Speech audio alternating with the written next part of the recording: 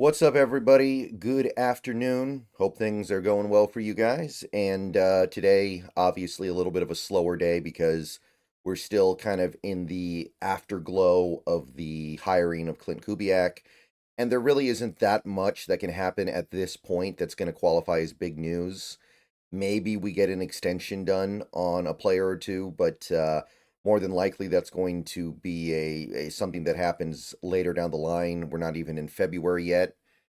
But two things are happening right now in the NFL world. One directly related to the Seahawks, the other not necessarily so, but still worth talking about because it pertains to really every team in the NFL.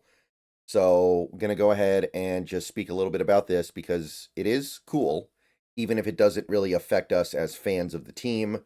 It certainly affects the players on the team. So I don't think I made a video about this as it happened because the Pro Bowl doesn't matter that much.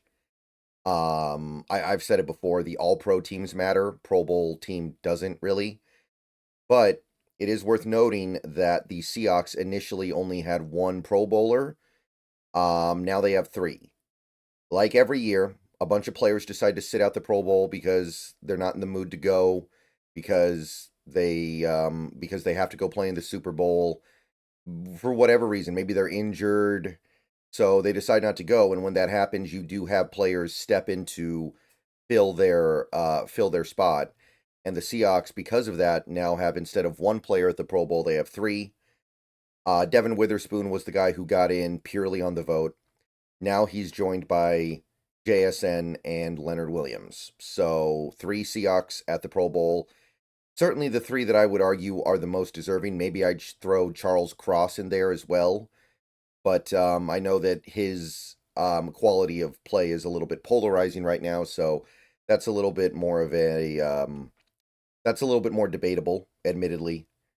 But yeah, JSN headed to the Pro Bowl, had a great season, 100 catches, real good breakout year, and he did it on a team where, I mean, the passing game was tragically unsophisticated, thanks to Ryan Grubb, and to a certain extent, maybe the offensive line as well.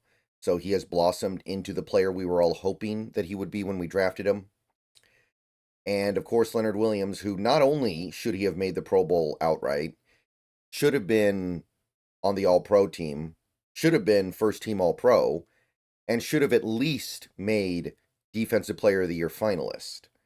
So this is not really doing a lot to repair the snub, but at least it's, I guess, a step in the right direction. So that's cool. Good for them. Good for those three.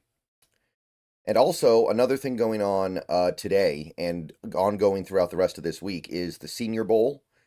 The Senior Bowl started earlier today. Now, it's only the practices, right? So your ability to watch the Senior Bowl practices will be somewhat limited.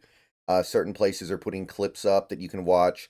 Other X accounts and other sources are writing up like little summaries of what they see from the players. But the Senior Bowl is basically an opportunity for the older college players, the guys who actually completed their senior year in college, to show what they can do against each other. It's always an interesting part of the cycle because some of these guys played in colleges where they were always the big fish in the little pond, and now they get to go up against guys that are on their level, if not beyond them. So that's always interesting. And you also get an idea of what these guys are going to do when they're facing competition approximately on the level of what they will probably have to deal with at the NFL. I mean, at the very least, the first step, right? Because if you're a senior player at some very small college, you're going to look pretty dominant. But what you do at the Senior Bowl is going to indicate more what you're actually going to be as a player. So pretty cool. They're going to practice for several days, and I believe the actual Senior Bowl, which is the game, is Saturday. So what I might do for the rest of the week is put together videos that try to summarize the main takeaways from each day of the practices, see whose stock is going up, see whose stock is going down, Like, I can tell you just off the top of my head that Jalen Milroe's stock went through the floor. He had a miserable day. And Jamari Caldwell was getting a lot of positive press. That's a guy whose stock probably went up today. But maybe I'll put together videos kind of summarizing who went up, who went down.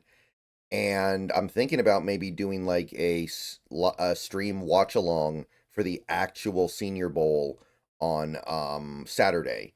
I'm thinking about doing it here on YouTube, Facebook, and X. So let me know how you guys would feel about that. Is that something you'd show up to? Is that something that you think you'd be interested in? Let me know in the comments. Just an idea that I had, because this weekend's going to be without any kind of football whatsoever otherwise, right? There's no Super Bowl yet. We're playing that the next week. No college football even. So it's really all we have to work with. But yeah, let me know what you guys think about that. And the way I see it, it's a part of the process to putting together your draft board. All right, that's really about all I had for this video. So let me know what you think about all that, because I did do some streams of the Combine last year. I will probably do more Combine streams this year, because there did seem to be some level of interest in that, even if it was, you have to be a certain kind of fan to really be into the Combine to that degree. But I might do some watch-along streams of the Combine, so in a way, the Senior Bowl can be, I don't want to say more illuminating than the Combine, but it can be illuminating in a different way. All right, so I'll probably be on Twitch later tonight, probably trying to beat Indiana Jones and the Great Circle. We're trying to finish that up before Thursday. So Thursday we've got Poppy Playtime Chapter 4, by the way, which I do plan on streaming on launch day, probably right after the stream with the Hawk's Nest.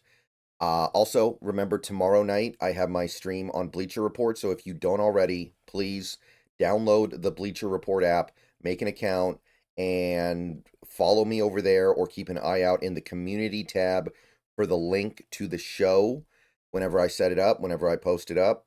So keep an eye out for all that.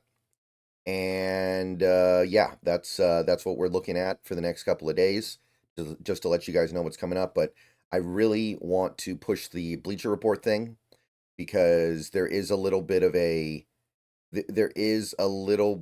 effort you have to put into actually getting into that stream, because you have to have the app. But it's going to be an important part of the content this year. I will be doing, just as an example, my post-game shows are going to be on Bleacher Report after games in the 2025 season. So if you're not in there, you're going to miss the initial reaction I have to the Seahawks games, preseason, regular season, and if they make it, the postseason. All right, so that's about it. I'll see you guys. Tomorrow, maybe tonight if you're on Twitch, and go Hawks.